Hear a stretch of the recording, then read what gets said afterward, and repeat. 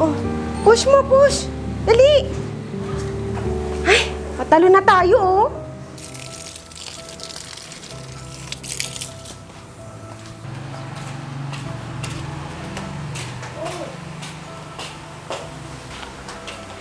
Andyan ka lang pala, Rose. Palaro-laro ka lang dyan. Di mo man lang kami tinutulungan ni nanay. Ano ba? Nakikinig ka ba sa akin? Huwag kang pa-epal. Naglalaro yung tao. Ano ba? Bakit ba kayo nag-aaway na dalawa? Ito kasing si Rose, Nay. Araw-araw na lang ganyan. Di na natututo sa gawaing bahay. Hayaan mo na nga yung kapatid mo, anak. Hoy! Mamaya tumulong ka sa amin, ah.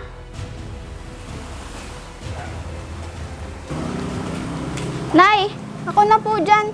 Magpahinga muna po kayo. Mabuti pa nga, anak.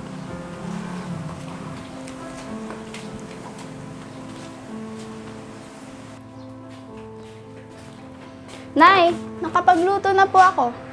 Oh, nasaan yung kapatid mo? Ay, di ko po nakita, Nay. O sige, ako nang titingin. Baka nasa labas lang siya. Sige po, Nay.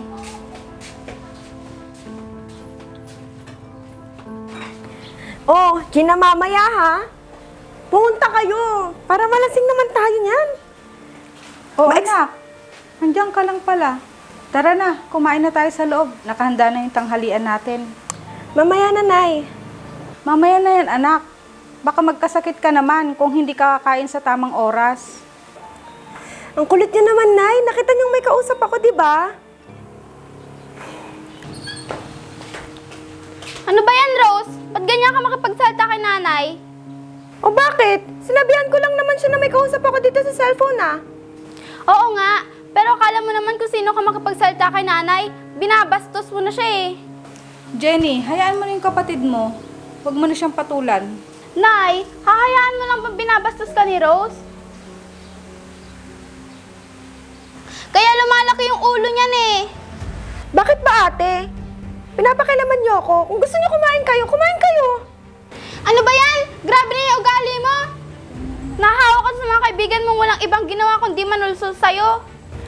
Eh, mabuti pa nga sila eh. Napapasaya nila ako pag kasama ko sila. Eh kayo, wala na akong ginawang tama. Puro na lang mali. Miss.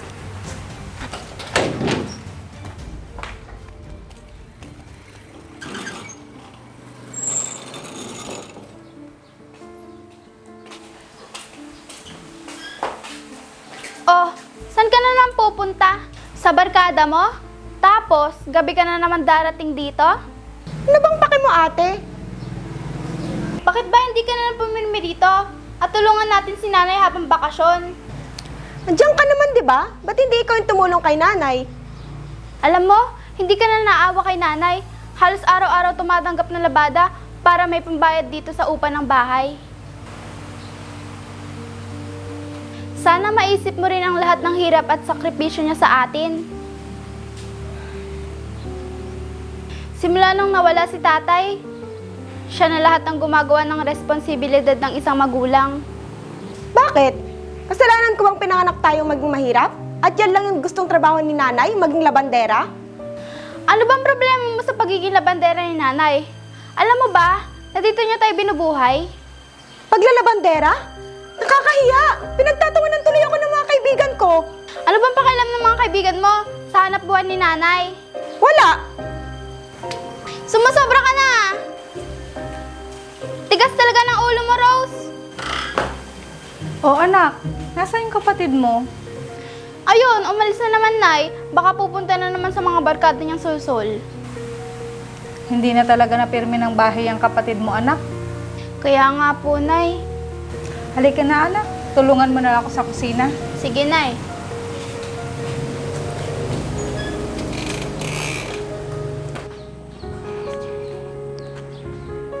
Mas masaya pa ako kasama mga kaibigan ko. Kaysa sa bahay, lagi na lang ako masama sa kanila.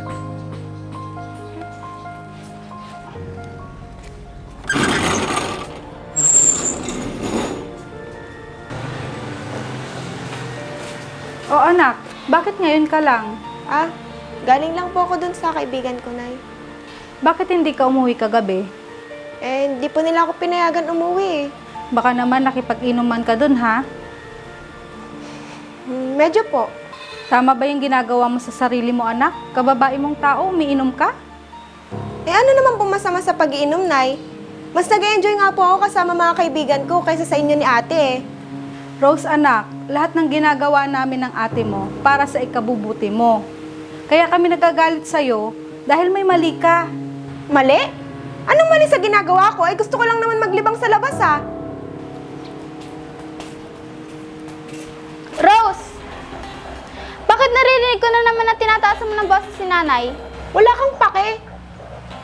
Ano ba, Rose? Kinakausap ko pa namin ni nanay, tapos tatalikuran mo kami? Ay nako, dito na naman yung pakilamera. Jenny, anak, hayaan mo muna makapagpahinga ang kapatid mo. Sige, Nay. Baka kung ano pang masabi ko kay Rose.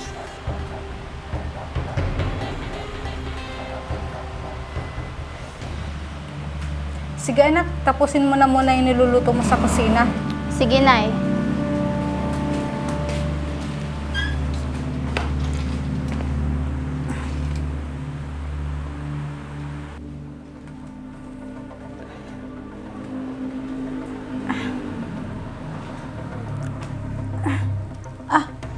Jenny! Jenny, anak!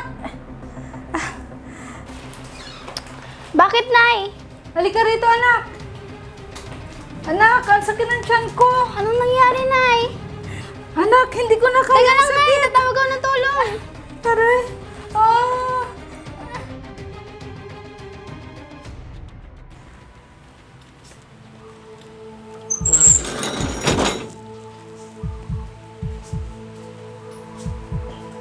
Nay? Nay? Ate? Ba't parang walang tao dito? Iniwan pa nilang bukas yung ilaw. Ay.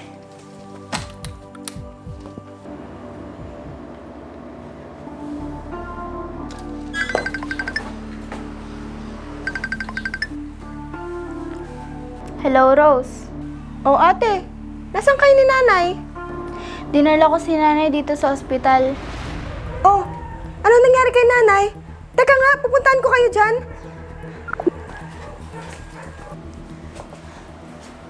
Ate, anong nangyari kay nanay? Sumakit bigla yung tiyan niya. Sabi ng doktor, may bukol daw siya sa matres. Kailangan na operahan para di na lumaki at lumala pa. Eh, paano yan, ate? Wala naman tayong pera pampa-opera kay nanay. Sandali lang, manghihingi na lang muna ako ng tulong sa kapatid ni nanay. Baka sakaling may maitulong sila.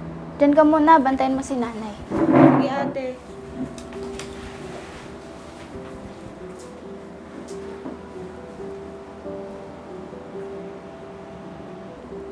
Ay, ganun ba? Kahit konting tulong lang sana, kailangan lang talaga maoperahan ni nanay sa lalong madaling panahon eh. Ay, ganun ba? Sige, salamat na lang.